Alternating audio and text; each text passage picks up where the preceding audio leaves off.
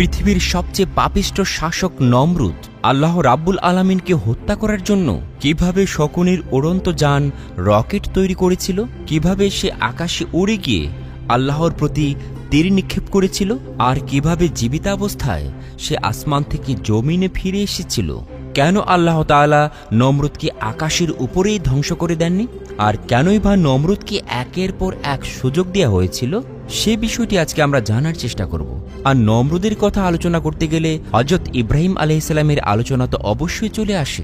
হযরত ইব্রাহিম আলাইহিসসালাম আল্লাহ তাআলার নির্দেশক্রমে বারবার চেষ্টা করেছেন তাকে দ্বীনের পথে নিয়ে আসার জন্য, কিন্তু নমরুদ শুনল না, বরং সে আল্লাহ তাআলাকে হত্যা করতে চাইল।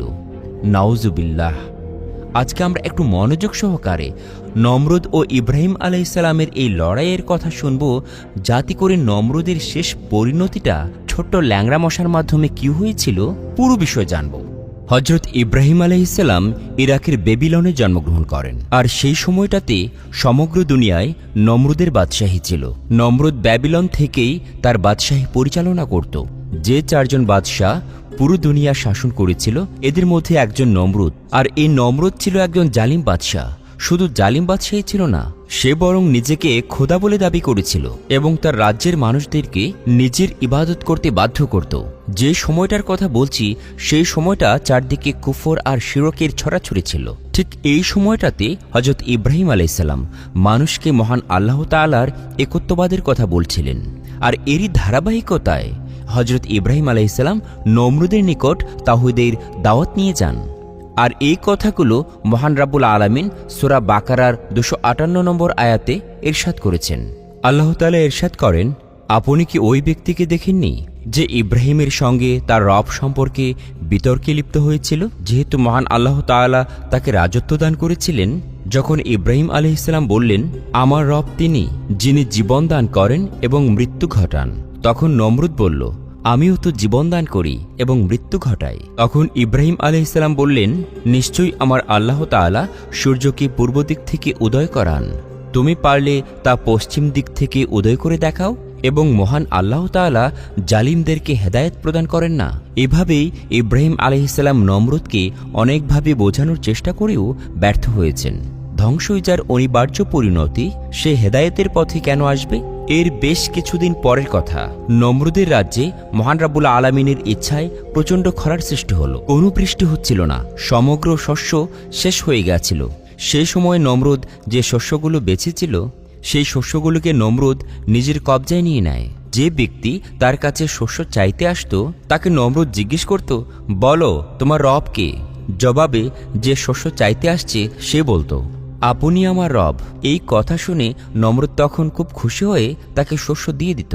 এই ঘটনার খবর জানতে পেরে হযরত ইব্রাহিম আলাইহিসসালাম নমরুদের কাছে আসেন। যথারীতি নমরুদ ইব্রাহিম আলাইহিসসালামকে প্রশ্ন করে, বলো তোমার রব কে? জবাবে ইব্রাহিম আলাইহিসসালাম বললেন, আমার রব তিনি যিনি কারো মুখাপেক্ষী নন।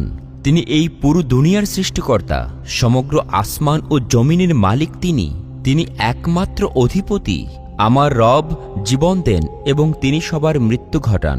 হে নমরুদ, তোমার জীবন এবং আমার জীবন আমাদের রবের হাতে, আমাদের মৃত্যুও আমাদের রবের হাতে। আর এটাই চিরন্তন সত্য। আমার রব মাতৃগর্ভ থেকে শিশুর জন্ম দেন এবং সেই শিশুকে পরিপূর্ণ মানুষরূপে তৈরি করেন। তিনি আবার সেই পরিপূর্ণ মানুষকে মৃত্যু দিয়ে থাকেন। আমার রব পবিত্র এবং মহান। নিশ্চয়ই আমার রব কারো মুখাপেক্ষী নন, আর যে কারো মুখাপেক্ষী হয়ে থাকে সে আমার রব হতে পারে না। আরে খোদা একজনই। ইব্রাহিম আলাইহিসসালামের পেশ করা এই যুক্তিগুলোর কোনো উত্তর নমরুদের কাছে ছিল না। যেহেতু নমরুদ একজন বাদশাহ ছিল, তাই তার আশেপাশে মন্ত্রী, সৈন্য, উজির সবসময় থাকে। ওই সময়টাতে নমরুদকে খোদা বলে মানার জন্য অনেক লোকে আশেপাশে ছিল। আর এতগুলো লোকের সামনে হযরত ইব্রাহিম আলাইহিসসালামের যুক্তির বিপরীতে নমরুদ কোনো জবাবই দিতে পারল না। তখনও সে ওই সমস্ত লোকদের সামনে নিজের মান সম্মান রক্ষা করার জন্য যুক্তিহীনভাবে কথা বলতে লাগলো। সে বলল, আরে আমিও জীবন দেই, আমিও মরণ দেই। এই কথাকে প্রমাণ করার জন্য নমরুদ দুজন কয়েদিকে নিয়ে আসে, আর তাদের মাঝে একজনকে সঙ্গে সঙ্গে মৃত্যুদণ্ড প্রদান করে এবং অন্যজনকে মুক্তি দিয়ে দেয়। তখন বলে, এই দেখো, তোমার চোখের সামনে আমি একজনকে জীবন দিলাম আর আরেকজনের মৃত্যু ঘটালাম। আমিও তোমার প্রভুর মতো জীবন দিই এবং মৃত্যু ঘটাই। আর উপস্থিত সকলেই নমরুদের এই অদ্ভুত যুক্তি মেনে নেয়, কারণ তারা শুরু থেকেই শুধুমাত্র নমরুদের ইবাদত করত। আর তারা যদি মেনে না নিত তাহলে তো তাদের শিরচ্ছেদ বা গর্দান নিশ্চিত। যেহেতু তারা ভয় পেত নমরুদের সকল কথাকেই তারা সত্য বলে মেনে নিত, তখন ইব্রাহিম আলাইহিসসালাম অন্য একটি যুক্তি পেশ করেন। হে নমরুদ, পারলে তুমি সূর্যকে সকালবেলা উদিত হওয়ার জায়গায় সন্ধ্যাবেলা উদিত করে দেখাও। তুমি তো একজন মিথ্যাহ রবের দাবিদার। তুমি পারলে এই ছোট্ট কাজটি করে দেখাও। আর সূর্য সর্বদা তার নিয়মে উদিত হচ্ছে এবং অস্ত যাচ্ছে। তুমি শুধুমাত্র এই সূর্যকে সকালের বদলে সন্ধ্যায় উদিত করে দেখাও। এই কথা শুনে নমরুদের কথা বন্ধ হয়ে গেল এবং তার মুখ থেকে আর কোনো কথা বের হলো না। এবার নমরুদ ইব্রাহিম আলাইহিসসালামের যুক্তির কাছে হার মেনে যায় এবং সে রাগান্বিত হয়ে ওঠে। বলে, হে ইব্রাহিম, তুমি এখান থেকে চলে যাও। আমার কাছে তোমার জন্য কোনো শস্য নেই। তুমি তোমার সেই রবের কাছে শস্য চাও যার ইবাদত তুমি করো।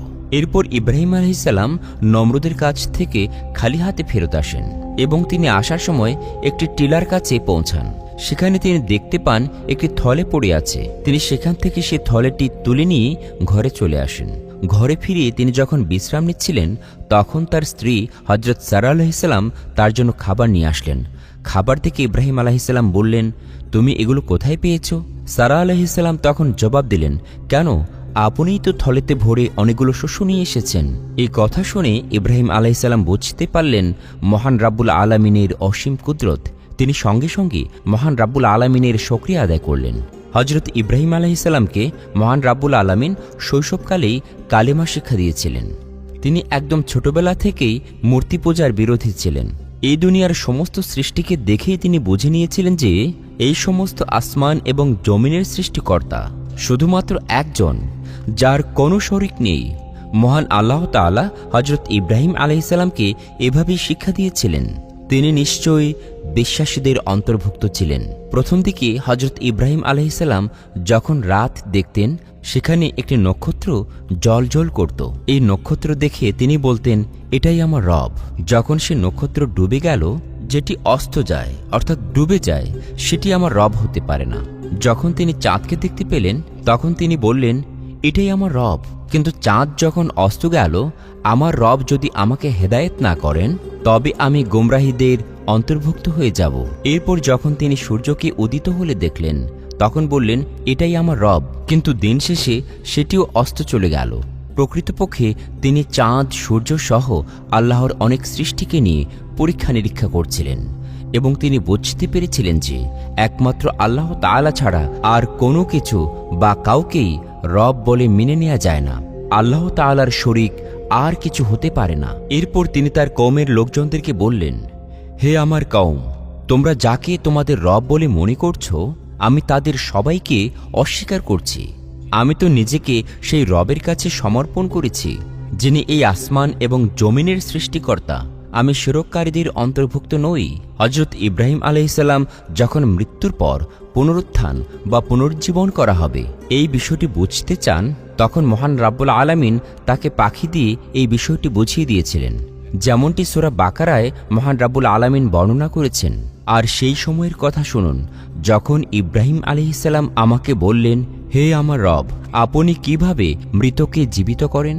এই বিষয়টি আমি দেখতে চাই। তখন আল্লাহ তাআলা বললেন, তুমি কি বিশ্বাস করো না? জবাবে ইব্রাহিম আলাইহিসসালাম বললেন, কেন আমি বিশ্বাস করব না? শুধুমাত্র আমি নিজের চোখে দেখতে চাই, যাতে আমার অন্তরে প্রশান্তি আসে। তখন মহান রাব্বুল আলামিন বললেন, তুমি 4টি পাখি ধরে নিয়ে আসো এবং টুকরো টুকরো করে পাহাড়ের 4টি জায়গায় রেখে আসো। তারপর তুমি তাদেরকে ডাকো, দেখবে সেই 4টি পাখি তোমার নিকটে আবারও চলে আসবে। হযরত ইব্রাহিম আলাইহিসসালামের পিতা মূর্তি পূজা করত এবং সে মূর্তি বানিয়ে বাজারে বিক্রি করত। যেহেতু ইব্রাহিম আলাইহিসসালাম ছোটবেলা থেকেই মূর্তি পূজার ঘোর বিরোধী ছিলেন, এজন্যই তাকে বহুবার প্রাণনাশের হুমকি পর্যন্ত দেয়া হয়েছে। তাকে অনেকবার ঘর থেকে বের করে দেওয়ার হুমকি দেয়া হয়েছে। নমরুদ ও ইব্রাহিম আলাইহিসসালামের লড়াই। নমরুদ একটা সময় ইব্রাহিম আলাইহিসসালামকে অগ্নিকুণ্ডে নিক্ষেপ করেছিল। সে ঘটনাটি বলছি। একদিনের ঘটনা। ইব্রাহিম আলাইহিসসালাম ঘরে বসা ছিলেন। সকলে মেলায় যাবে। ইব্রাহিম আলাইহিসসালামকেও কয়েকজন বলছিল মেলায় যাবে। তখন তিনি বলেছিলেন, না, আমার শরীরটা ভালো লাগছে না। এরপর সকলে মেলায় চলে গেল। তিনি একাই ঘরে রইলেন। সকলে চলে যাওয়ার পর তিনি সেই মূর্তিগুলোর পাশে আসলেন। ইব্রাহিম আলাইহিসসালাম মূর্তিগুলোকে তখন বলছেন, কি ব্যাপার, তোমাদের কি হলো? খাচ্ছ না কেন? এত এত সব খাবার দাবার, ফল ফলাদি, মিষ্টান্ন নাও, আর দেরি করো না। সবাই মেলায় চলে গেছে, এবার নিশ্চিন্তে খেতে থাকো। তোমরা না সবার প্রার্থনা পূর্ণ করে থাকো, যে যা চায় তাকে তাই দিয়ে দাও। কিন্তু কই, কেউ তো দেখি একটু নড়াচড়াও করতে পারছো না। আমি জানি তোমরা মাটি আর পাথরের মূর্তি ছাড়া আর কিছুই নও। এই বলে ইব্রাহিম আলাইহিসসালাম হাতে তুলে নিলেন কুড়াল। একটার পর একটা কোপ মারতে লাগলেন মূর্তিগুলোর ঘাড়ে, মাথায়, যেখানে হাত চলে। অনেকগুলো মূর্তি ছিল, শুধুমাত্র বড় মূর্তিটা ছাড়া বাকি সবগুলো মূর্তি ভেঙে গেল, চারদিকে ছড়িয়ে ছিটিয়ে পড়ল। ইব্রাহিম আলাইহিসসালাম তখন বড় মূর্তিটার গলায় সেই কোড়ালটা ঝুলিয়ে দিলেন। তারপর তিনি বেরিয়ে পড়লেন মন্দির থেকে। বেলা শেষে লোকেরা মেলা থেকে ফিরে আসলো। জনসমাগমে শহর আবার গমগম করতে লাগলো। কিন্তু মন্দিরের মধ্যে ঢুকে লোকজনের চোখ ছানাবড়া হয়ে গেল, হতবাক হয়ে গেল সবাই। একই অবস্থা হলো ঠাকুর দেবতাদের। সবগুলো মূর্তি ভেঙে খান খান হয়ে গেল, যেন ঝড় বয়ে গেল। লোকজন বলছে, আমরা তো মূর্তিগুলো রেখে গেলাম ভালোভাবে সাজানো, তবে এদেরকে এই অবস্থা কে করলো? নিশ্চয়ই এটা সেই যুবকটির কাজ। ওই যুবকটিকেই আমাদের দেবতাদের বিরুদ্ধে যা তা বলতে শুনেছি। হ্যাঁ, সে তো মেলায় যায়নি। সে বলেছিল তার শরীর নাকি খারাপ। আর শুনেছি আমরা এর নাম ইব্রাহিম। তাই কিছুক্ষণের মধ্যেই হজরত ইব্রাহিম আলাইহিসসালামকে মন্দিরের মধ্যে পাকড়াও করে ধরে আনা হলো। সকল লোককে এখানে জড়ো করা হলো। সকলে বলতে লাগলো, ইব্রাহিম, তুমি এই কাজ করেছ কেন? তুমি আমাদের এই মূর্তিগুলোর দুর্গতি করেছ? ইব্রাহিম আলাইহিসসালাম জবাব দিলেন, বাহ, অবাক করলে আমাকে জিজ্ঞেস করছো কেন? এতদিন ধরে তোমরা এদের পূজা করছো, এদেরকে জিজ্ঞেস করো। তোমরা না বললে এদের অনেক ক্ষমতা, এদের কাছে অনেক বড় বড় জিনিস চেয়েছ। তোমরা বলেছ তোমাদের অনেক মনোবাঞ্ছা এরা পূরণ করে দিয়েছে। অতএব এদেরকে জিজ্ঞেস করো এদের এই হাল কেন? আমার তো মনে হয় ওই বড় মূর্তিটাই এই কাজটা করেছে, কারণ তার গলায় কোড়ালটা ঝুলানো। তখন লোকদের মধ্যে থেকে একজন বলল, দেখো ইব্রাহিম, তুমি তো জানোই আমাদের দেবতারা কথা বলতে জানে না। ইব্রাহিম আলাইহিসসালাম তখন বললেন, তাহলে ভেবে দেখো, যখন এরা কথাই বলতে পারে না, নিজেরাই তাদের এই দুর্গতির সময় সাহায্য করতে পারে না, তখন তোমাদের কিভাবে এরা সাহায্য করবে? তোমরা কি এসব প্রাণহীন অবুঝ মূর্তিদের পূজা করবে, যাদের মাধ্যমে তোমাদের কোনো কল্যাণ আসবে না? হায় রে, তোমাদের জন্য দুঃখ হয়। তোমাদের এই ঠাকুর দেবতাদের জন্য দুঃখ হচ্ছে। তোমরা আল্লাহর দাসত্ব করো না, তিনি সকল ক্ষমতার আধার। অথচ তোমরা যাদের দাসত্ব করো তাদের কোনো ক্ষমতাই নেই। তোমরা একটু বুদ্ধি খাটাও, চিন্তা ভাবনা করে কাজ করো। হজরত ইব্রাহিম আলাইহিসসালামের এই দুঃসাহসের কথা চারদিকে ছড়িয়ে পড়ল।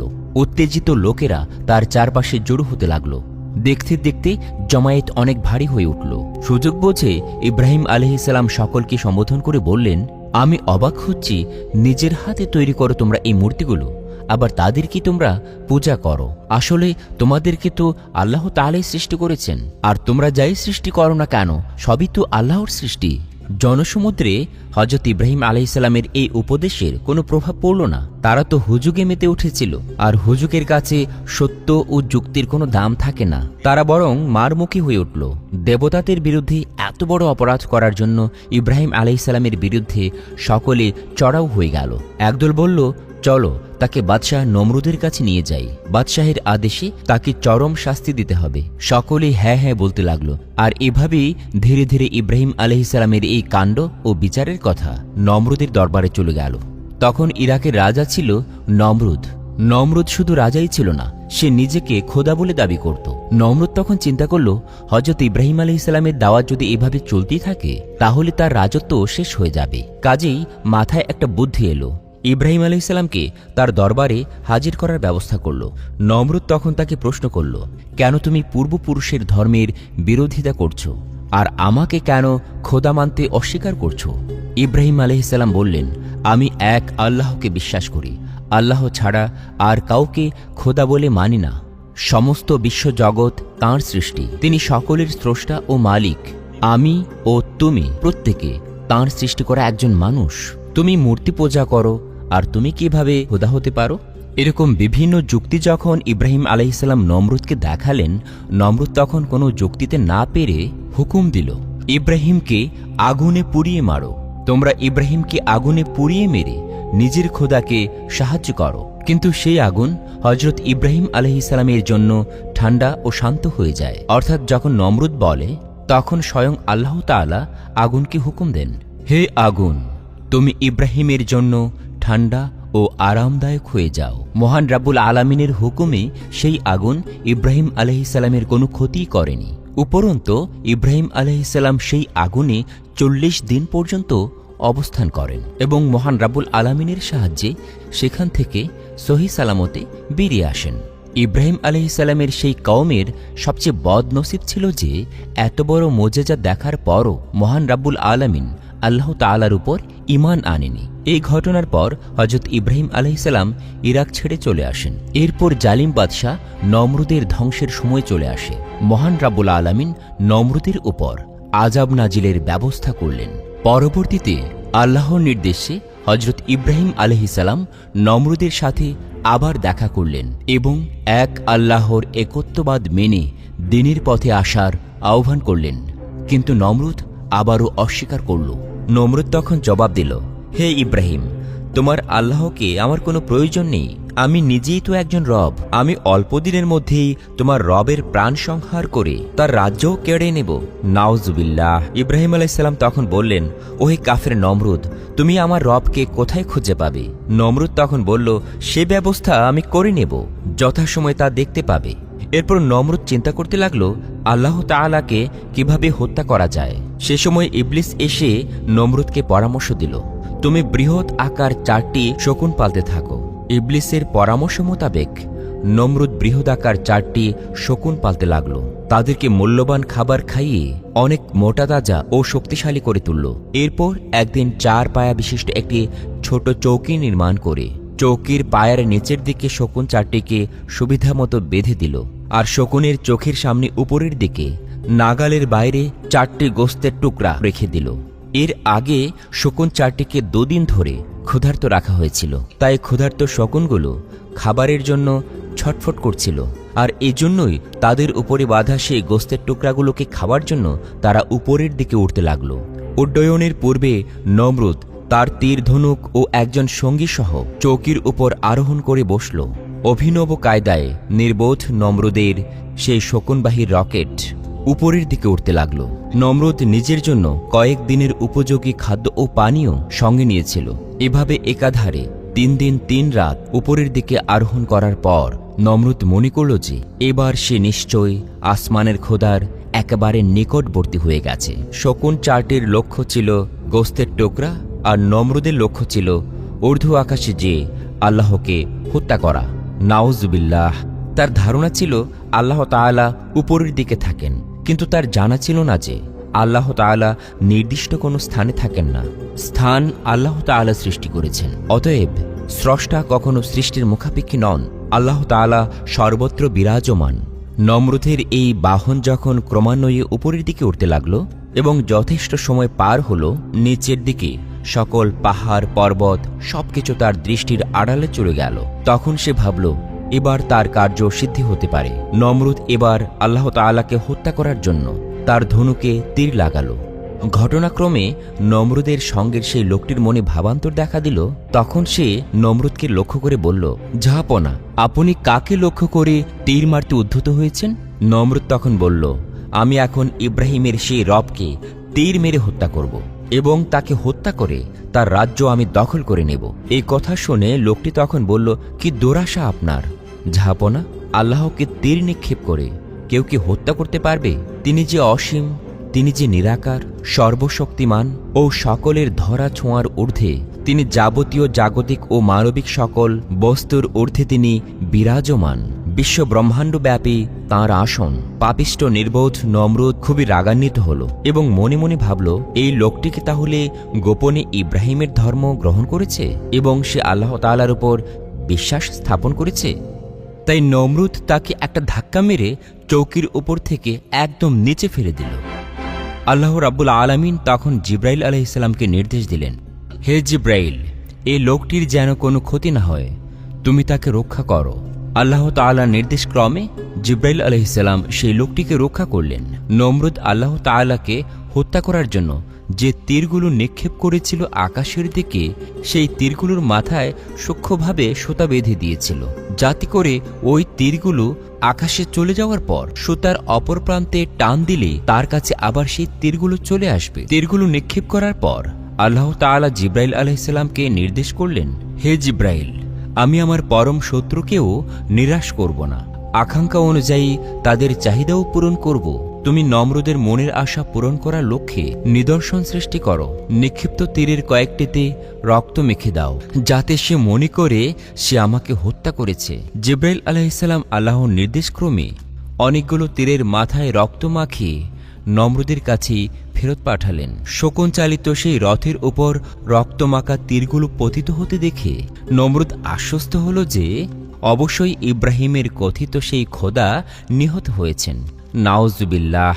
এই চিন্তা করে তার মনের মধ্যে আনন্দের জোয়ার বইতে লাগলো। যেহেতু সে ভাবল ইব্রাহিমের সেই কথিত রব নিহত হয়েছে, তাহলে আর উপরে ওঠার দরকার নেই, এবার নিচে নামার পালা। কিন্তু সে কি করে নিচে নামবে? এমন সময় ইবলিস এসে তাকে পরামর্শ দিল, বাদশাহ নমরুদ, উপরে রক্ষিত গোশতের টুকরাগুলো তোমার চৌকির পায়ের নিচের দিকে বেঁধে দাও, আর তাতেই সেই শকুনগুলো গোশতগুলো ধরার আকাঙ্ক্ষায় নিচের দিকে নামতে শুরু করবে। যেই কথা সেই কাজ। গোশতের টুকরোগুলো উপর দিক থেকে খুলে নমরুদ নিচের দিকে বাঁধল। শকুনগুলো মাংসের লোভে নিচের দিকে নামতে শুরু করলো, আর এভাবেই নমরুদ জমিনে নেমে আসলো এবং মহা খুশিতে রক্তমাখা তীরগুলো নিয়ে রাজ দরবারে ফিরে এলো। নমরুদ ফিরে এসে হযরত ইব্রাহিম আলাইহিসসালামকে ডেকে বলল, হে ইব্রাহিম, তোমার আল্লাহকে তো আমি হত্যা করে আসলাম, এই দেখো রক্তমাখা তীর। ইব্রাহিম আলাইহিসসালাম বললেন, ওহে নির্বোধ বাদশাহ, তুমি তো দূরের কথা, সমগ্র সৃষ্টিকুলের সকলকে একত্রে করলেও তার সামান্য পরিমাণ ক্ষতি সাধন কেউ করতে পারবে না। তিনি অদৃশ্যমান, তিনি নিরাকার, তিনি সর্বশক্তিমান। তাকে মানুষের আকারে কল্পনা করা চরম মূর্খতার পরিচয়। তার উপর কারো ক্ষমতা সক্রিয় হতে পারে না। নমরুদ হযরত ইব্রাহিম আলাইহিসসালামের কথা শুনে বলল, আচ্ছা, তোমার যদি তাই মনে হয় আমি তোমার খোদাকে হত্যা করতে পারিনি, তাহলে আমি তোমার খোদার সাথে যুদ্ধ করতে চাই। বলো তোমার খোদার সৈন্য সামন্তের সংখ্যা কত? ইব্রাহিম আলাইহিসসালাম বললেন, আমার খোদার সৈন্য সামন্তের সংখ্যা অগণিত। তার সৈন্য সামন্তের সংখ্যা হিসেব করে কোনো মানুষ শেষ করতে পারবে না। তাছাড়া তার সৈন্য সামন্তের সংখ্যা ছাড়াও একাই যে কোনো পরিস্থিতি মোকাবেলা করতে সক্ষম। নমরুদ বলল, ঠিক আছে, তোমার রবের সৈন্য সংখ্যা জানার প্রয়োজন আমার নেই। তুমি তোমার রবকে তার সৈন্য সংখ্যা নিয়ে 3 দিনের মধ্যে যুদ্ধের জন্য প্রস্তুত হতে বলো। তোমার খোদার সৈন্যদের যদি সাহস থাকে যে তারা আমার সাথে যুদ্ধ করবে, তাহলে তারা আসমানের নিচে নেমে আসুক। তোমার রবের সৈন্য সামন্ত নমরুদের নাম শুনেছে, তবে নমরুদকে তারা এখনো চিনতে পারেনি। তারা জানে না নমরুদের প্রতাপ, প্রভাব প্রতিপত্তি কত বেশি এবং তার সৈন্য সংখ্যা কত বিশাল, তার রণকৌশল কত সুবিন্যস্ত। এ যুদ্ধে তোমার রবের ক্ষমতা চূর্ণ বিচূর্ণ করে দেব। ইব্রাহিম আলাইহিসসালাম নমরুদের এই কথাগুলো শুনে হেসে দিলেন। হেসে হেসে তিনি বললেন, হে নির্বোধ বাদশাহ, হে বোকা, আমার রবের সৈন্য সংখ্যার সাথে তোমার যুদ্ধ করার খায়েশ যদি জেগেই থাকে, তবে তাই হোক, তুমি তোমার সৈন্য সংখ্যা নিয়ে প্রস্তুত থাকো। নমরুদ বলল, ঠিক আছে, আমি প্রস্তুত। তুমিও তোমার খোদার সৈন্য দলকে প্রস্তুত হতে বলো। ইব্রাহিম আলাইহিসসালাম তখন বললেন, দেখো নমরুদ, আল্লাহর সৈনিকরা সবসময় প্রস্তুত হয়ে থাকে, শুধু হুকুমের অপেক্ষা মাত্র। নমরুদ ইব্রাহিম আলাইহিসসালামের কথা শেষ করে তার সকল সৈন্য সংখ্যাকে খোদাই সৈন্যের সাথে লড়াই করার জন্য প্রস্তুত হতে বলল। চারদিকে সাজ সাজ রব পড়ে গেল। যুদ্ধের জন্য সকল সৈনিকরা প্রস্তুতি নিতে থাকল। সকল ধরনের যুদ্ধের অস্ত্র সম্ভার প্রস্তুত হতে লাগল।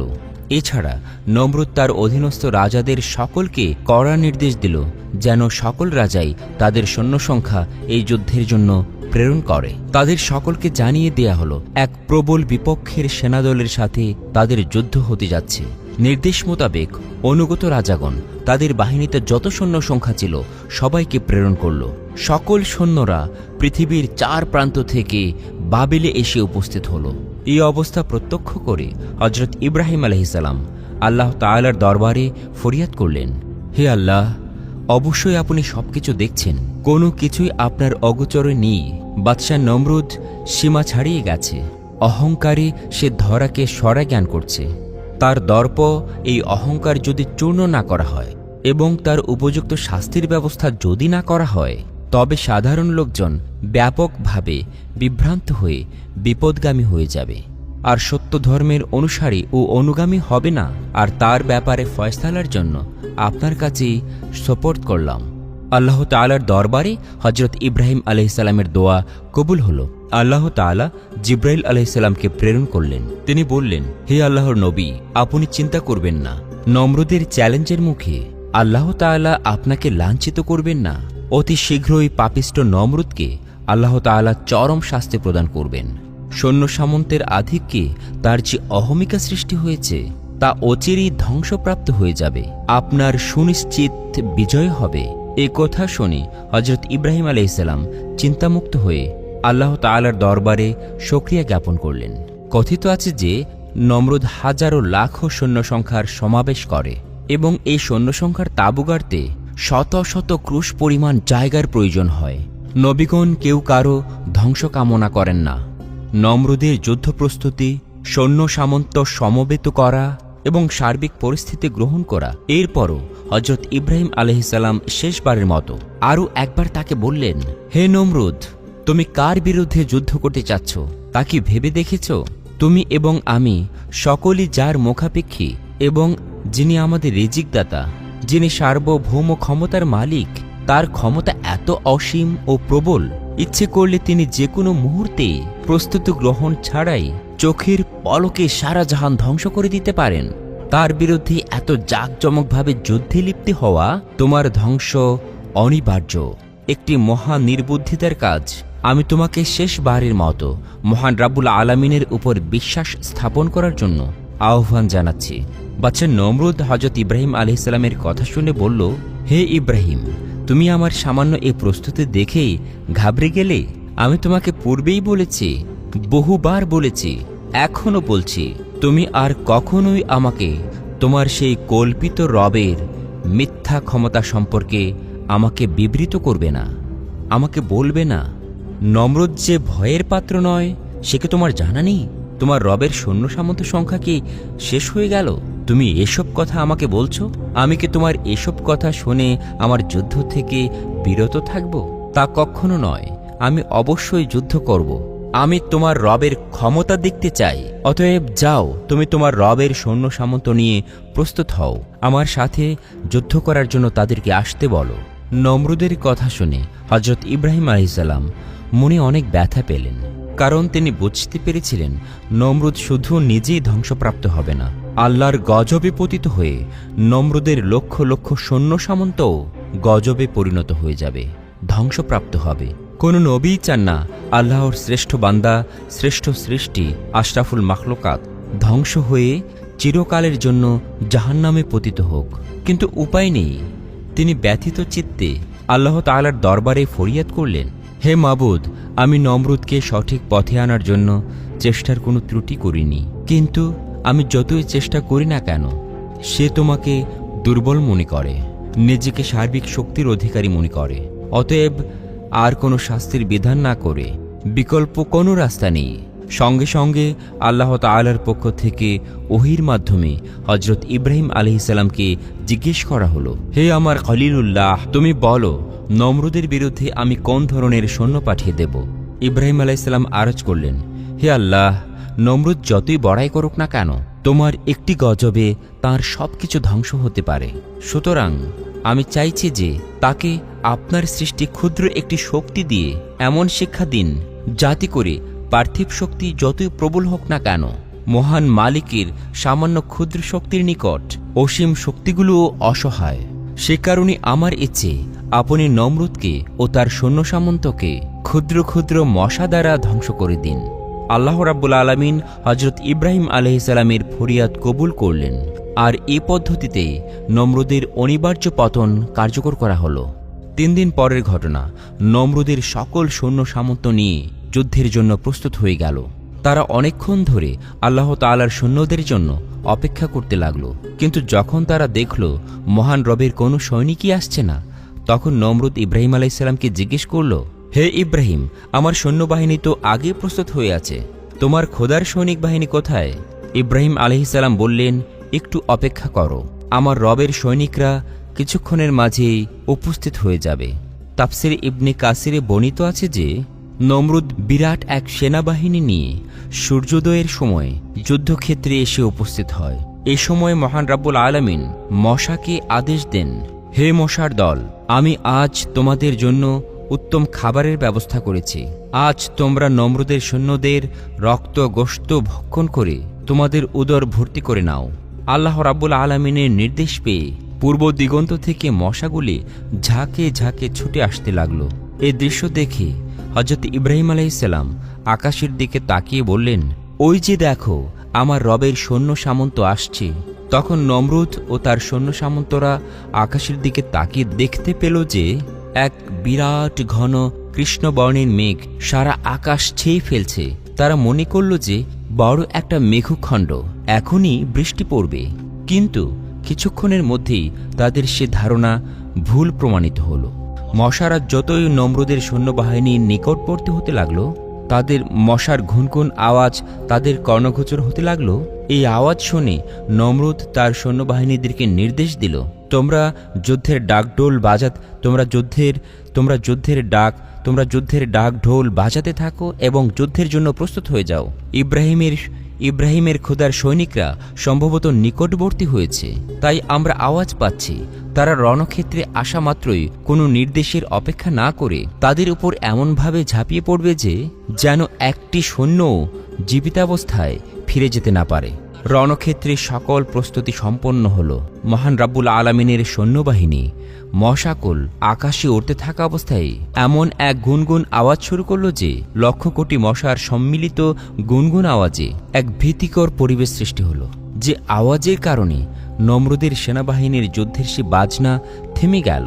এখন শুধুমাত্র এক পক্ষের আওয়াজই শোনা যাচ্ছে, তা হল মশার গুনগুন বিকট আওয়াজ। প্রত্যেকটি মশা প্রতিটি সৈনিকের উপর পড়তে লাগলো। সৈন্যদের মাথা, দেহ, নাক, কান, চোখ, মুখ, হাত, পা সর্বস্থানে মশা হুল ফুটাতে লাগলো। এক একজন সৈনিকের দেহে কত শত মশা কামড়াতে লাগলো তার কোনো হিসেব নেই। মশারা সকল স্থানে এমনভাবে দংশন করতে লাগলো যে সৈন্যরা হাতের অস্ত্র ফেলে দিয়ে মশা তাড়াতে ও দেহ চুলকাতে ব্যস্ত হয়ে পড়ল। যুদ্ধ আর করবে কি? মশাগুলো যে শুধুমাত্র শরীরের উপর কামড়াচ্ছিল, বরং নাকের ছিদ্র দিয়ে মস্তিষ্কে প্রবেশ করতে পর্যন্ত লাগলো। এরা তো জাগতিক কোনো মশা নয়, এরা তো খোদাই সৈনিক। এরা তো সাধারণ মশার নিয়মের ধার ধারে না। সাধারণ মশা তো শুধুমাত্র রক্ত চুষে খায়, আর এই মশাগুলো রক্ত, মাংস, এমনকি মগজ পর্যন্ত খেতে লাগলো। বিশ্বের যন্ত্রণায় নমরুদের সৈন্যরা ছটফট করতে লাগলো। তারা ইয়া নাফসি বলে চিৎকার করছিল। ক্রমান্বয়ে তাদের আর্তচিৎকার স্তম্ভিত হয়ে আসছিল। সকল সৈনিকরা এমনভাবে প্রাণ হারালো যে তাদের দেহের কঙ্কাল ছাড়া রক্ত গোস্তের কোনোই অবশিষ্ট থাকল না। সমগ্র রণক্ষেত্রে পড়ে রইল নমরুদের সৈনিকদের কঙ্কাল আর কঙ্কাল। যুদ্ধের ময়দানে এ ভীষণ বিভীষিকাময় অবস্থা দেখে অত্যন্ত ভীত পরাস্ত হয়ে গেল। নিজের জীবন বাঁচানোর জন্য দিগ্বিদিক জ্ঞানশূন্য অবস্থায় দৌড়াতে দৌড়াতে সে রাজমহলে এসে পৌঁছল। মহলে এসে পৌঁছে তার বেগমের কাছে যুদ্ধের বর্ণনা দিতে যেয়ে বলল, কোথা থেকে যেন অসংখ্য মশা আমার সকল সৈন্যদের রক্ত, গোস্ত, এমনকি মগজ পর্যন্ত খেয়ে ফেলছে। যুদ্ধের ময়দানে সৈনিকদের কঙ্কাল ছাড়া আর কিছুই অবশিষ্ট নেই। কারো শরীরে এক টুকরো গোস্ত পর্যন্ত বাকি নেই। এই মশাগুলোর বেগতিক অবস্থা দেখে আমি যুদ্ধের ময়দান থেকে পালিয়ে কোনো মতে আমি তোমার কাছে আসলাম। অন্যথায় এতক্ষণে আমার অবস্থাও তাদের মতোই হতো। কথাগুলো বলার সময় নমরুদ থর থর করে কাঁপছিল, আর পিপাসায় তার কণ্ঠ শুকিয়ে গেছিল, আর মনে হচ্ছিল দম বন্ধ হয়ে যেন আসছে। এমন সময় একটা বৃহৎ আকৃতির মশা উড়ে এসে নমরুদের নাকের ছিদ্র দিয়ে মগজে প্রবেশ করল। মগজে প্রবেশ করেই অবিরাম দংশন করতে লাগলো। অতিষ্ঠ যন্ত্রণায় পাপিষ্ঠ নমরুদ চিৎকার করতে লাগলো। অবস্থা এমন পর্যায়ে উপনীত হলো যে ভীষণ যন্ত্রণায় নমরুদ কোনো স্থানে স্থির থাকতে না পেরে ছোটাছুটি, লাফালাফি ও দৌড়াদৌড়ি করতে লাগলো, কিন্তু কিছুতেই কাজ হচ্ছিল না। তার মগজের ভিতরে মশা এতটাই ভয়ঙ্করভাবে কামড় দিচ্ছিল, মশা অনবরত দংশন করেই চলছিল, আর নমরুদ যন্ত্রণায় অস্থির হয়ে পাগলের মতো ছটফট করছিল। এই অবস্থা থেকে মুক্তি পাওয়ার কোনো উপায় না পেয়ে নমরুদ নিজে নিজের পায়ের জুতা খুলে নিজের মাথায় আঘাত করতে শুরু করলো। এতে কিছুটা কাজ হলো, জুতা পেটা করলেই মশার দংশন থেকে বিরত থাকা যেত। এতে নমরুদ কিছুটা স্বস্তি বোধ করত, কিন্তু যখনই মাথায় জুতার আঘাত বন্ধ থাকত তখনই মশাটি আবার দংশন করতে শুরু করলো। তখন বাদশাহ নমরুদ নিজ মাথায় নিজের জুতা দিয়ে আবার পেটাতে শুরু করে, সঙ্গে সঙ্গে মশাটিও দংশন করা থেকে বিরত থাকে। তাই নমরুদ সার্বক্ষণিকভাবে মাথায় জুতা পেটা খাওয়ার জন্য একজন কর্মচারী নিযুক্ত করল। তার একমাত্র কাজ হলো বাদশাহ নমরুদকে সার্বক্ষণিক মাথায় জুতা পেটা করা। জুতা ছাড়া অন্য কিছু দিয়ে আঘাত করলেও মাথার সে দংশন বন্ধ হতো না। জালেম, কাফের, পাপিষ্ঠ নমরুদের জন্য উপযুক্ত শাস্তি এটাই, মাথায় জুতা পেটা করার জন্য নিজ অর্থে লোক নিয়ে করে সার্বক্ষণিক মাথায় জুতার আঘাত খাওয়া কি যে ভয়ঙ্কর শাস্তি, কি যে বিস্ময়কর শাস্তি, তা তো সহজেই বোঝা যাচ্ছে। অবিশ্বাসী কাফেরদের জন্য এটি একটি জলজান্ত উদাহরণ। কতদিন পর্যন্ত নমরুদ এই শাস্তি ভোগ করেছে সে ব্যাপারে তাফসির বিশারদদের বিভিন্ন মত পাওয়া যায়। তাফসির ইবনে কাসিরে বর্ণিত হয়েছে এভাবে সে 400 বছর যন্ত্রণাদায়ক জুতাপেটা ভোগ করেছিল। আল্লামা সামারখন্দি রাহিমাল্লাহ তাআলা বর্ণনা করেছেন নমরুদ এভাবে 40 দিন পর্যন্ত শাস্তি ভোগ করেছিল। কেউ বা বলেছেন নমরুদ এভাবে 40 বছর পর্যন্ত শাস্তি ভোগ করেছিল। এদিকে নমরুদের মাথায় জুতাপেটা করার জন্য নিযুক্ত সেই কর্মচারী পর্যন্ত অতিষ্ঠ হয়ে উঠেছিল। কতই বা আঘাত করা যায়, এক মুহূর্তের জন্য বাদশাহকে জুতাপেটা থেকে বিরত থাকার উপায় নেই। এক পলকের জন্য বন্ধ করলেই বাদশাহের ডাক চিৎকারে হুলস্থুল শুরু হয়ে যায়, আর এতে কর্মচারীটির মনে সেই বাদশাহর প্রতি বিরক্তি সৃষ্টি হলো।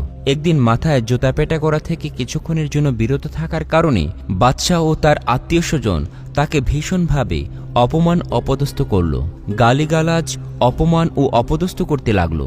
তখন কর্মচারীটির মনে এত বিরক্তি ও ক্ষোভের সঞ্চার হলো যে তার হাতে থাকা কাঠের জুতার খড়ম দ্বারা সজোরে মাথায় আঘাত করল। জুতার এই আঘাত খেয়ে নমরুদের মস্তকটি দুভাগে ভাগ হয়ে গেল, তার মগজ ফেটে বের হয়ে গেল। উপস্থিত সকলে পরম বিস্ময়ে লক্ষ্য করল যে তার মাথার ভেতরে থাকা সেই ল্যাংড়া মশাটি উড়ে চলে গেল। এই মশাটি দুনিয়ার কোনো সাধারণ মশা নয়, এটা ছিল আল্লাহ তাআলার পক্ষ থেকে পাপিষ্ঠ নমরুদের প্রতি যন্ত্রণাদায়ক আযাব। মহান রবের শত্রুদের এমন দৃষ্টান্তমূলক শাস্তি দিয়ে আল্লাহ তাআলা বিশ্ববাসীকে বার্তা দিয়েছেন, তোমরা কখনো মহান রবের সাথে ধৃষ্টতা প্রদর্শন করো না। তোমরা হলে সৃষ্টি, মহান রব হলেন স্রষ্টা, তিনি সর্বশক্তিমান। যখন কেউ কারো প্রতি জুলুম করে, যখন সে কারো কথা শোনে না, সীমা লঙ্ঘন করে, তখন তাকে আমরা ফেরাউনের সঙ্গে তুলনা করি। প্রজাদের সাথে অমানসিক অত্যাচার, নির্যাতন, বনি ইসরায়েলদের লাখ লাখ পুত্র শিশুকে হত্যা করে সারা পৃথিবীব্যাপী কুখ্যাতি অর্জন করেছিল ফেরাউন। তার ঔদ্ধত্য, জিঘাংসা, হঠকারিতা, পাষণ্ডতা ও সীমালঙ্ঘন এবং কুফরি ও আল্লাহ বিরোধিতার কারণে তার এই কুখ্যাতি অর্জন করে। ক্ষমতার অহংকার তাকে এতটাই অন্ধ করেছিল যে সে একটা পর্যায়ে আল্লাহকে চ্যালেঞ্জ করেছিল, প্রজা সাধারণের প্রত্যেকের ঘরে ঘরে তার মূর্তি রাখতে এবং তার পূজা অর্চনা করতে বাধ্য করেছিল। এরপর একটা সময় একের পর এক তার রাজত্বে নেমে আসে আল্লাহর গজব, তবুও সে নতি স্বীকার করেনি। আল্লাহ তাআলা ফেরাউনের এই ঘটনাকে মানব জাতির শিক্ষা হিসাবে কতটা গুরুত্ব দিয়েছেন তা বোঝা যায় পবিত্র কোরআনে 27টি সূরায় অন্তত 74 বার তার নাম এসেছে। আল্লাহ তাআলা ফেরাউনের সকল অহংকার চূর্ণ করেছিলেন লোহিত সাগরে ডুবিয়ে মেরে। প্রিয় দর্শক শ্রোতা, আজকে জানব ফেরাউন কিভাবে আল্লাহকে চ্যালেঞ্জ করেছিল এবং তার কি পরিণতি হয়েছিল। প্রাচীন মিশরের শাসকদেরকে বলা হতো ফেরাউন বা ফারাও। এদের মধ্যে একজন ফেরাউনের নাম ছিল দ্বিতীয় রামসেস। আজ থেকে প্রায় 3500 বছর আগে যখন নবী মুসা আলাইহিস সালামের আত্মপ্রকাশ ঘটে, তখন মিশরের ক্ষমতায় ছিল ফেরাউন দ্বিতীয় রামসেস।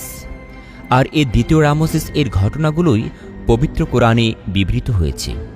হজরত মুসা আলাইসাল্লাম ও ফেরাউন দ্বিতীয় রামসেসের ঘটনার তাৎপর্য বুঝতে হলে আমাদেরকে ফিরে যেতে হবে কয়েকশো বছর আগে হজরত ইউসুফ আলাইসাল্লামের যুগে। হজরত ইউসুফ আলাইসাল্লাম এর সময় যে ফেরাউন মিশর শাসন করতেন তিনি ছিলেন খুবই দয়ালু ও ধর্মপরায়ণ একজন শাসক। তার নাম ছিল আমিন হতে। তিনি ছিলেন তার পূর্বপুরুষদের মতোই মূর্তি পূজারী। কিন্তু হজরত ইউসুফ আলাইসাল্লামের সংস্পর্শে এসে তিনি আল্লাহর একত্ববাদে বিশ্বাস স্থাপন করেন এবং নিজের নাম পাল্টে রাখেন আখেনাতেল। তিনি হজরত ইউসুফ আলাইসাল্লামকে অত্যন্ত সম্মান করতেন এবং তাকে নিজের উপদেষ্টা ও অর্থমন্ত্রী হিসাবে নিয়োগ প্রদান করেন। হজরত ইউসুফ আলাইসাল্লামের পিতা ইয়াকুব আলাইসাল্লামের অপর নাম ছিল ইসরাইল। ইসরাইল আলাইসাল্লামের বংশধরদেরকেই বলা হতো বনি ইসরাইল। অন্যদিকে ইউসুফ আলাইসাল্লামের এক ভাইয়ের নাম ছিল ইয়াহুদা। এই ইয়াহুদার নাম অনুসারেই তাদেরকে ইয়াহুদি বা ইহুদি বলা হয়। আবার হিব্রু ভাষায় কথা বলার কারণে তাদেরকে ইব্রু জাতি হিসাবেও অভিহিত করা হয়। ইসরাইল আলাইহিসসালাম ও তার সন্তানেরা বর্তমান ফিলিস্তিনে বসবাস করতেন।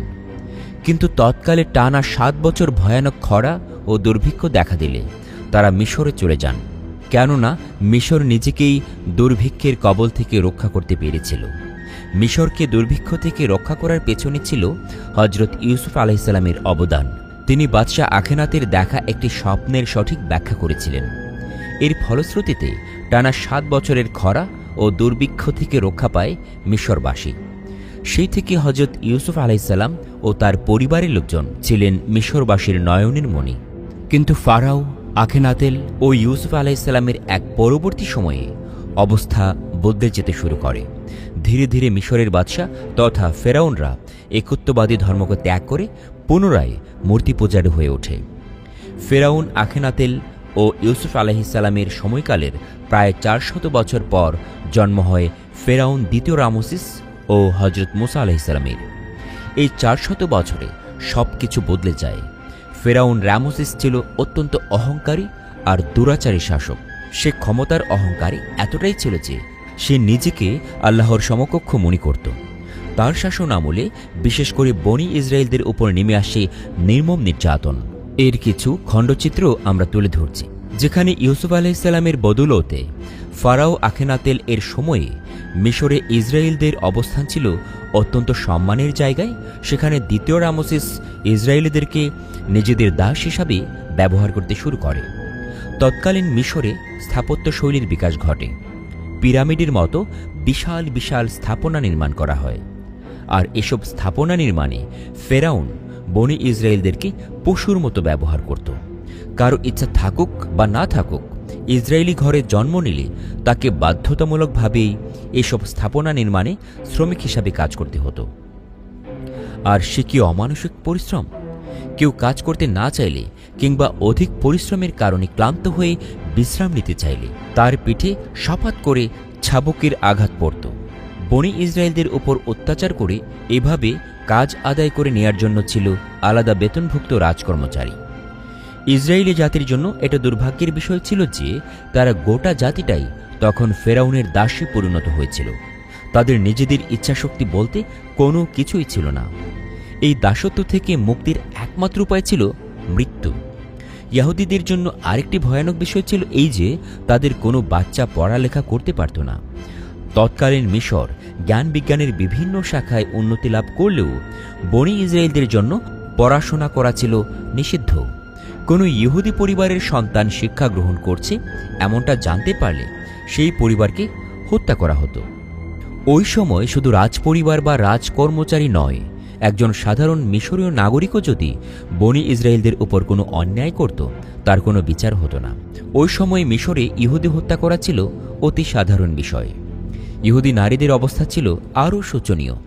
ইহুদি পরিবারের কোনো মেয়েকে পছন্দ হলেই রাজকর্মচারীরা তাকে তুলে নিয়ে যেতে পারত এবং নিজেদের খায়েশ মেটাতে পারত। এজন্য তাদেরকে কারো কাছে কোনো কৈফিয়ত দিতে হতো না। এক কথায় ফেরাউন দ্বিতীয় রামসেস এর যুগে ইহুদিরা দুর্দশা ও লাঞ্ছনার চূড়ান্ত পর্যায়ে পৌঁছে যায়। এই যখন অবস্থা, তখন ফেরাউনের হাত থেকে বনি ইসরায়েল জাতিকে উদ্ধার করার জন্য আল্লাহ তাআলা পাঠালেন তার নবী হজরত মুসা আলাইহিসসালামকে। কিন্তু বিপদের বিষয় হচ্ছে মুসা আলাইহিসসালামের জন্মের কিছুকাল আগেই ফেরাউনের রাজসভার বিশ্বস্ত এক গণক তার জাদুবিদ্যার মাধ্যমে জানতে পারল শীঘ্রই এক ইহুদি সন্তান জন্ম নিচ্ছে যে ফেরাউন ধ্বংসের কারণ হবে। সে যুগে জাদুকর ও গণকদের প্রভাব ছিল সাংঘাতিক, আর তাদের মর্যাদাও ছিল ভীষণ। তাদের মতামত নিয়েই ফেরাউন রাজ্য শাসন করত। সেই গণক ফেরাউনকে এই বিষয়টি অবগত করলে ফেরাউন সকল ইহুদি সন্তানদেরকে হত্যা করার নির্দেশ দেয়। ঘরে ঘরে শুরু হয় ইহুদি শিশু নিধন।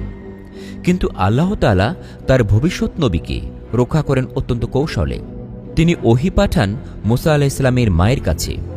আল্লাহর নির্দেশে মুসা আলাইহিসসালামের মা শিশু মুসাকে একটি ঝুড়িতে করে নীল নদের পানিতে ভাসিয়ে দেন। ঝুড়িটি ভাসতে ভাসতে ফেরাউনের রাজপ্রাসাদের কাছে এসে ভেড়ে এবং ফেরাউনের স্ত্রী শিশু মুসাকে কুড়িয়ে পান। ফেরাউনের স্ত্রী আসিয়া নিঃসন্তান হওয়ার কারণে কুড়িয়ে পাওয়া এই শিশুকে নিজের সন্তানের মতো বড় করে তোলেন। তার নাম রাখা হয় মুসা, যার আরবি অর্থ হচ্ছে যাকে পানি থেকে উদ্ধার করা হয়েছে, আর হিব্রুতে মুসা বা মোসেস শব্দের অর্থ হচ্ছে উদ্ধারকারী। এভাবেই আল্লাহর ইচ্ছায় ফেরাউনের ঘরে বড় হতে থাকেন তার ভবিষ্যৎ বিনাশকারী হযরত মুসা আলাইহিসসালাম। সবাই তাকে রাজপুত্র হিসাবেই জানত। এমনকি মুসা আলাইহিসসালাম নিজেও জানতেন না তার আসল পরিচয়, বরং নিজেকে ফারাও বংশের এক রাজপুত্র মনে করে নিজেকে সেভাবেই প্রস্তুত করে তোলেন তিনি। প্রাপ্তবয়স্ক হওয়ার পর মুসা আলাইহিসসালাম মিশরীয় সাম্রাজ্যের সর্বশ্রেষ্ঠ যোদ্ধা হিসাবে খ্যাতি অর্জন করেন। তিনি একের পর এক রাজ্য জয় করে ফারাও সাম্রাজ্যকে অধিকতর সমৃদ্ধ করতে থাকেন। তাছাড়া একজন দয়ালু ও প্রজাবৎসল রাজপুত্র হিসাবে তিনি রাজা প্রজা নির্বিশেষে সকলের শ্রদ্ধার পাত্রে পরিণত হন। বিশেষ করে নির্যাতিত মানুষেরা তার মাঝে খুঁজে পায় নিজেদের মুক্তির ছায়া। তারা বিশ্বাস করতে থাকে মুসা আলাইহিসসালাম যদি মিশরের রাষ্ট্রীয় ক্ষমতায় আসেন তাহলে তাদের ভাগ্য বদলে যাবে। আর এভাবে রাজা প্রজা নির্বিশেষে সকলের শ্রদ্ধা, ভালোবাসা, বীরত্বের প্রশংসা, রাজপ্রাসাদের আরাম আয়েশ ইত্যাদি নিয়ে সময় পার হতে থাকে মুসা আলাইহিসসালামের। কিন্তু মুসা আলাইহিসসালামের এই রাজকীয় সুখ ও আধিপত্য স্থায়ী হয় না। এক পর্যায়ে মুসা আলাইহিসসালাম জানতে পারেন তিনি রাজপুত্র নন, বরং এক ঘটনায় এটা প্রকাশ পেয়ে যায় যে তার জন্ম এক বনী ইসরাইল পরিবারে। শুধু তিনি একা নন, বিষয়টি চারদিকে জানাজানি হয়ে যায়। আর এটা জানার পর ফেরাউন অত্যন্ত ক্ষিপ্ত হয়ে পড়ে, তথাপি সে নিজেকে নিয়ন্ত্রণ করে। ইহুদি ঘরে জন্ম নিলেও মুসা আলাইহিসসালামকে সেই ছোট থেকে নিজের সন্তানের মতো করে তুলেছে। সে মুসা আলাইহিসসালামকে হত্যা না করে বরং তাকে মিশর থেকে দূরে কোথাও চলে যাওয়ার নির্দেশ দেয়। অগত্যা মুসা আলাইহিসসালাম মিশর ছেড়ে বের হয়ে পড়েন। তিনি জানতেন না তার সামনে কি রয়েছে, তার কি কাজ আর কি তার জন্ম রহস্য। এভাবেই তিনি 10 বছর মিশরের বাইরে অবস্থান করেন। এই সময়ে তিনি একটি বিয়ে করেন এবং তার এক পুত্র সন্তানের জন্ম হয়।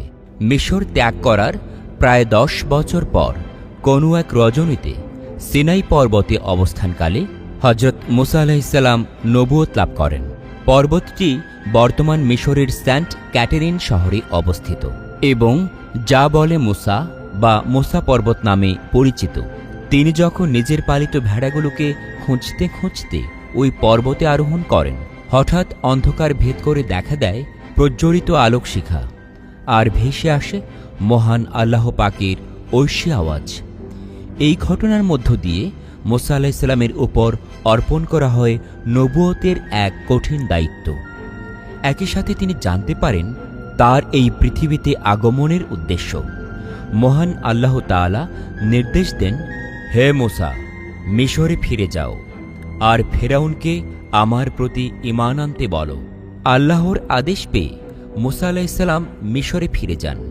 তিনি ফেরাউনের রাজ দরবারে যান এবং তাকে আল্লাহর প্রতি ঈমান আনতে বলেন। মুসা আলাইহিসসালামের কথা শুনে ফেরাউন হেসে দেয়। সে বলে, এক ইহুদি দাস আমাকে বলছে তার প্রভুর প্রতি ঈমান আনতে। হে মুসা, তোমার প্রভু আল্লাহ যে সত্য তার প্রমাণ কি? মুসা আলাইহিসসালাম আল্লাহর নির্দেশে তার হাতে থাকা লাঠিটি নিক্ষেপ করলে তা মুহূর্তের মধ্যে সাপে পরিণত হয়।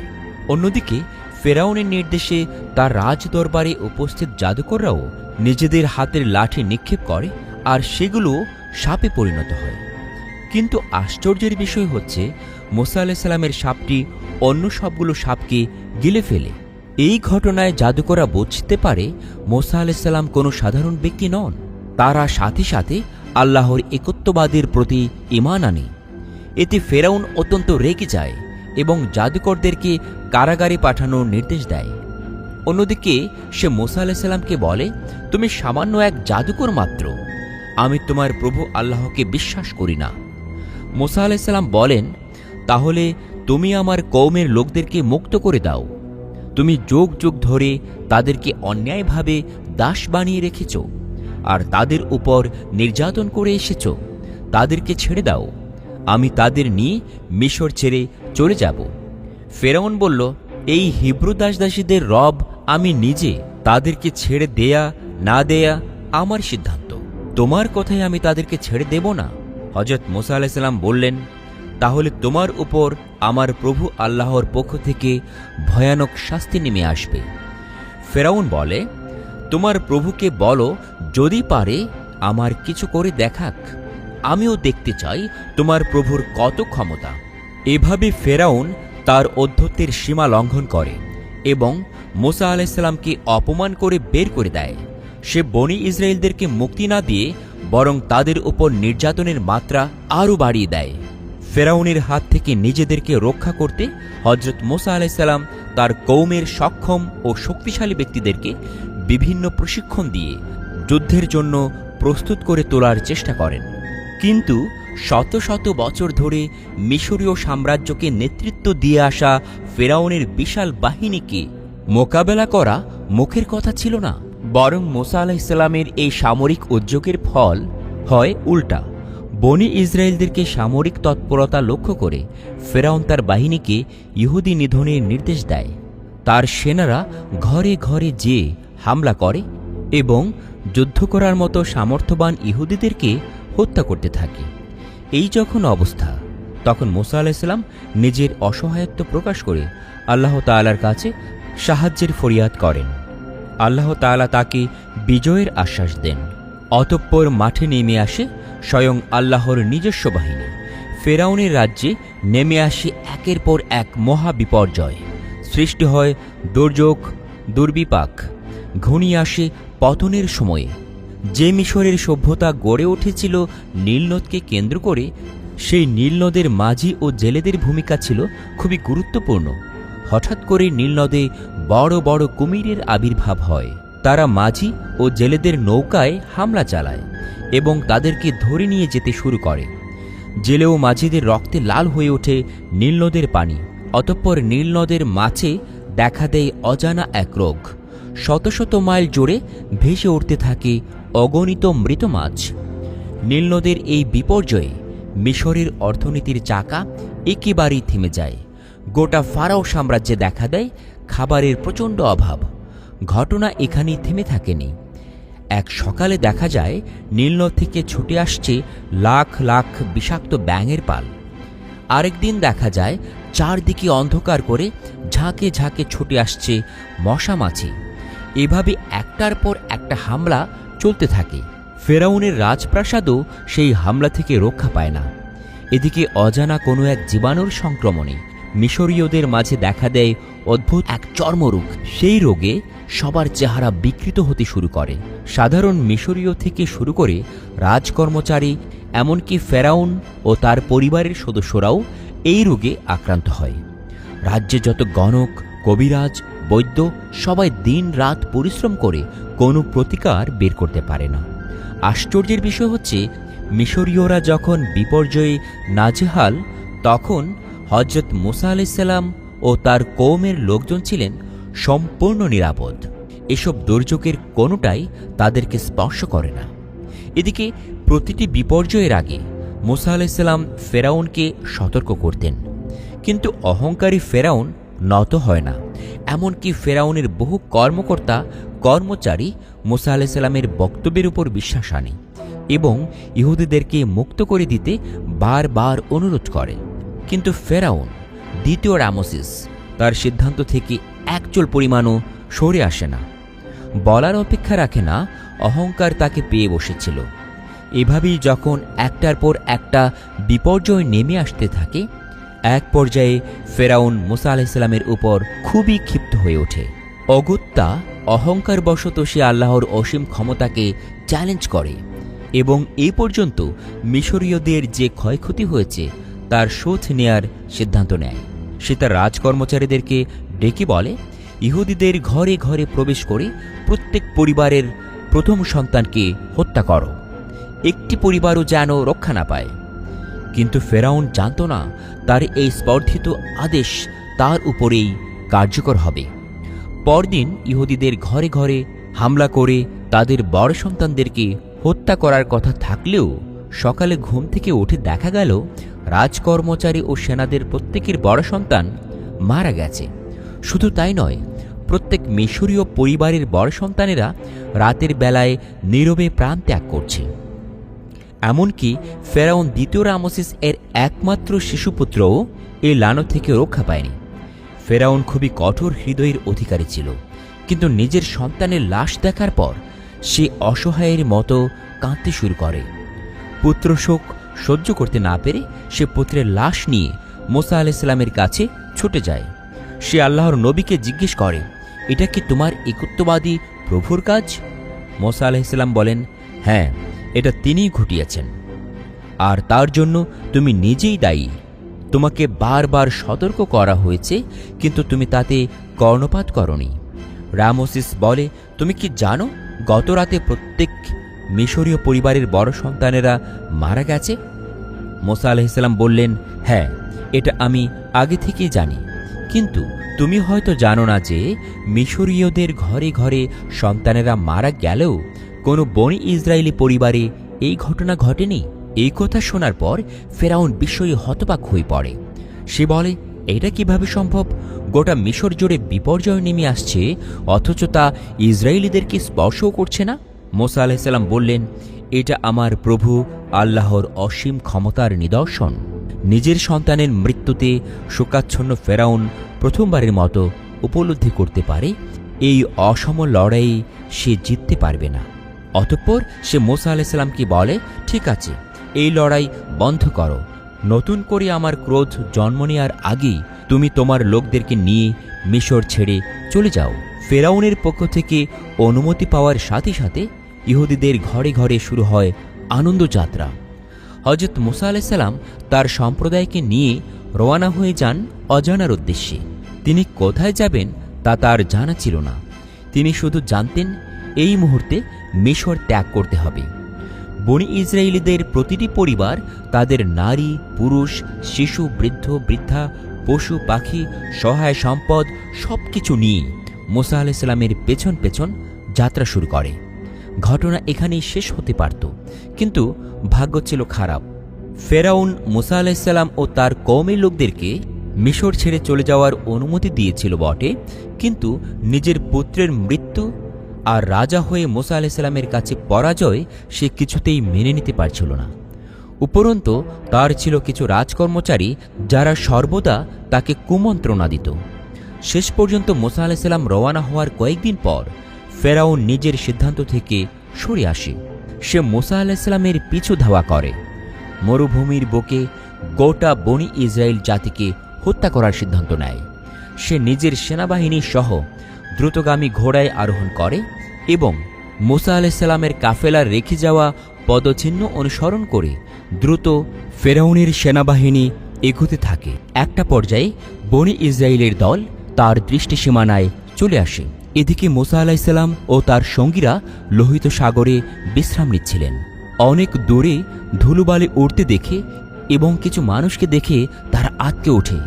একটা পর্যায়ে তারা বুঝতে পারে ফেরাউন তার দল বল নিয়ে তাদেরকে ধাওয়া করতে আসছে। এবারে বনি ইসরায়েলদেরকে হত্যা করা হবে এই ভেবে তারা সত্যই ভয়ে আতঙ্কে সময় কাটাতে লাগল। তারা রীতিমতো চিৎকার চেঁচামেচি শুরু করে দেয়। এদিকে তাদের নেতা মুসা আলাইহিসসালাম পরিস্থিতির এই ভয়াবহতা উপলব্ধি করে রীতিমতো আশা ছেড়ে দেন। একদিকে দেখতে পাচ্ছেন বিশাল লোহিত সাগরের ঢেউ, অন্যদিকে দেখতে পাচ্ছেন ফেরাউনের সেনাবাহিনী। কি করবেন তিনি? কোনো সিদ্ধান্ত নিতে পারছেন না। খুব দ্রুতই ফেরাউনের বাহিনী তাঁদের দিকে ছুটে আসছে। বনি ইসরায়েলের সকল লোকেরা চিৎকার চেঁচামেচি করতে লাগলো এবং তাদের এই চিৎকার চেঁচামেচির মাত্রা এতটাই বাড়তে লাগলো যে মুসা আলাইহিস সালাম আর ভেবে পাচ্ছেন না কি করবেন। তাদের মধ্যে তিনি স্পষ্ট শুনতে পাচ্ছেন নারী ও শিশুদের কান্নার রোল। আর ঠিক তখনই আসে আল্লাহ পাকের আদেশ, হ্যাঁ মুসা, তুমি তোমার হাতের লাঠি দিয়ে লোহিত সাগরে আঘাত করো। মুসা আলাইহিস সালাম শোনা মাত্র তার লাঠি দিয়ে পানিতে আঘাত করলেন। আঘাত করা মাত্র সাগর দুভাগে বিভক্ত হয়ে গেল। মানব ইতিহাসে এমন বিস্ময়কর ঘটনা এর আগে ঘটেছে কিনা আমরা জানি না। সাগরের পানি যখন দুই দিকে সরে গেল, একটা পথ আবিষ্কার হলো এবং সেই পথ দিয়ে বনি ইসরায়েলের হাজার হাজার মানুষ এগিয়ে যেতে থাকল এবং তারা মুসা আলাইহিস সালামের নির্দেশ মতো সকলেই একে একে দ্রুতবেগে ছুটে চলছেন সেই পথের দিকে। এদিকে ফেরাউন তার বাহিনী নিয়ে এগিয়ে আসছে, অতি সন্নিকটে চলে এসেছে।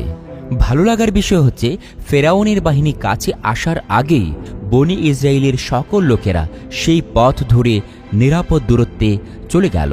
এদিকে ফেরাউন এবং তার বাহিনী আল্লাহর এই মোজেজা দেখে রীতিমতো হতভম্ব হয়ে যায়, অবাক হয়ে যায়। এটা কি করে সম্ভব? অথচ এত বড় একটা ঘটনা ঘটে গেল, ফেরাউন তার স্বভাবজাত ধর্ম থেকে বের হয়ে আসতে পারল না।